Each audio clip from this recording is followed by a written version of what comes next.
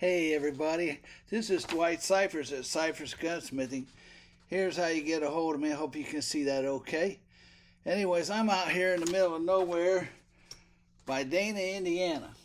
And anyways, just a gunsmith with a small gun shop. And one thing I like about this is you never know what the Lord's going to bring you in a day.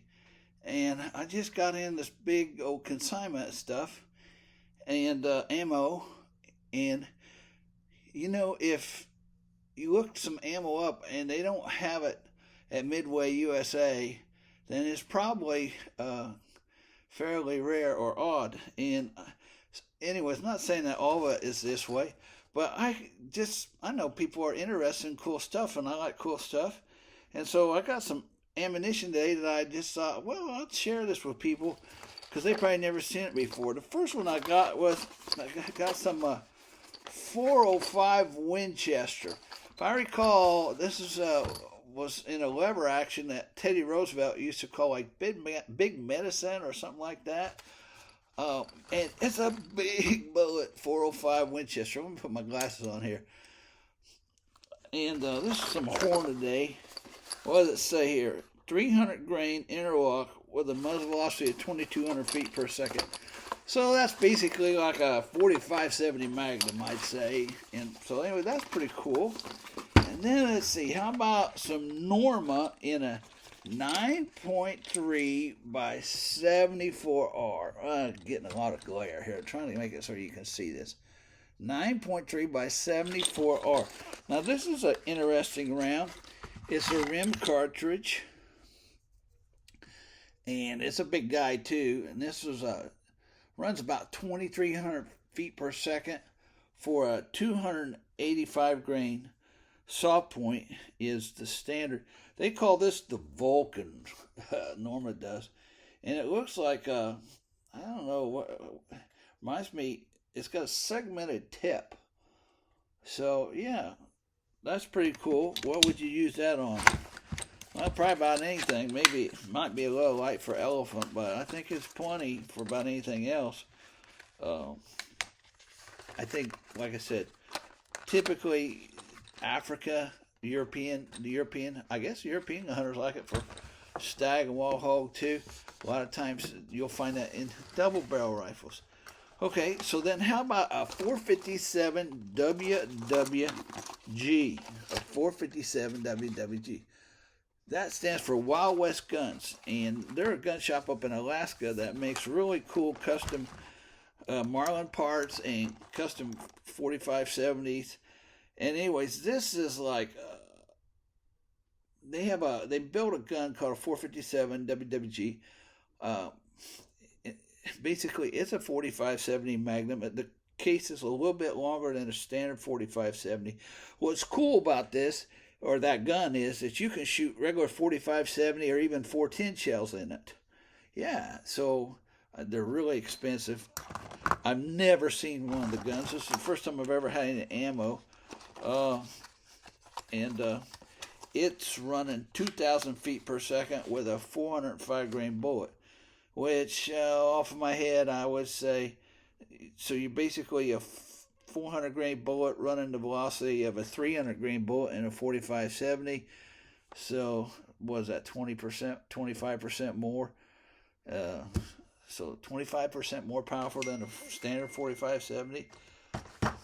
That's pretty darn good. You're not that far away from 458 Win Mag at that point. How about a 300 H&H? Now, you old guys, I'm sure, have heard of that. And it's a belted Magnum 30 cal. And I used to see a few of these when I was a kid, when I was out hunting in Pennsylvania. And it's just a good round. If I would recall, ballistically, it's a little bit slower than a 300 Win Mag, but not much. I don't think an elk could live on the difference. Well, here is a cool box. This is just cool because it's nothing odd. It's a 30-30. But it's silver tips. You don't see any Winchester silver tips. I don't know if they still make that or not. But this was the 76 Bicentennial. Man, I don't know why I'm getting so much glare today. And I remember back there in 1976, everything was labeled bicentennial this, bicentennial that. So that was cool to find that box. And now I would imagine, I'm sure all the old timers heard of a 303 British. A lot of the younger guys haven't. So that was the Army rifle, the short magazine Lee Enfield that the Brits used. World War I, World War II, no telling how long. There's still some in service. I remember back during the Russian-Afghanistan war, the Afghans were using these. 303 British, it's like a weak 308. But there's still a lot of surplus guns out there. It's a cool round. How about this?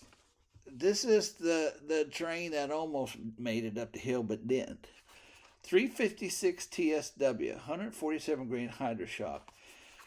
And this sucker's cooking for a 9mm. I can't remember. But basically, if I recall, Smith & Wesson Federal came out together. And Smith & Wesson had some beautiful, this back when all guns were still made out of steel, made some real nice compact carry guns.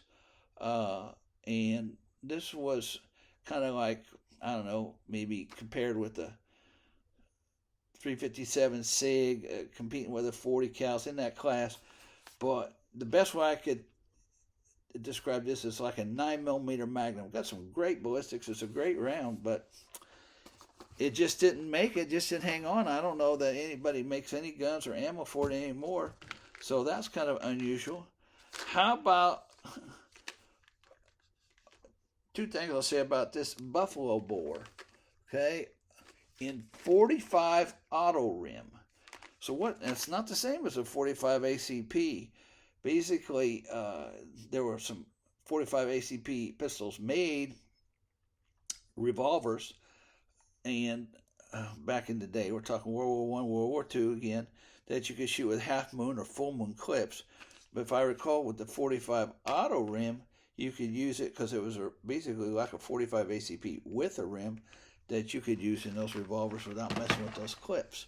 And Buffalo Bore is, if you've not heard of them, they're a really great company, and their claim to fame is making lead bullets, high performance, like hard cast lead bullets. And how about a 38 Colt New Police, also known as a 38 Smith & Wesson? That's not the same thing as a 38 Special. You'll find this in old revolvers, chambered. Again, pretty old. We're talking around World War I and post. They call them the hand ejectors, the pre-Model 10s typically. I don't know that there was ever a Model 10 made in 38 Smith & Wesson. Who knows? I'm not a Smith expert by any means. How about this? So that's a 38 Colt or 38 Smith & Wesson. And then there was a 38 Smith & Wesson short. Okay, now, can you shoot those in the 38 Smith & Wesson? I don't know. Again, I'm no expert. I don't know that I've ever seen much of any in 38 short. And then how about this? A 45 ACP plus P, 255 grain hard cast flat nose. Well, I guess if you wanted to use your 45 as a bear defensive gun, this would probably be as good a choice as any. So anyways, just some cool rounds that we got in that were unusual. I just thought I'd make a video about it and show y'all, and like to see that or any other stuff I got a whole bunch of stuff. Always here, cool stuff here at Cyphers Gunsmithing. Come in and see me. All right, thanks a lot. God bless you. Have a good day.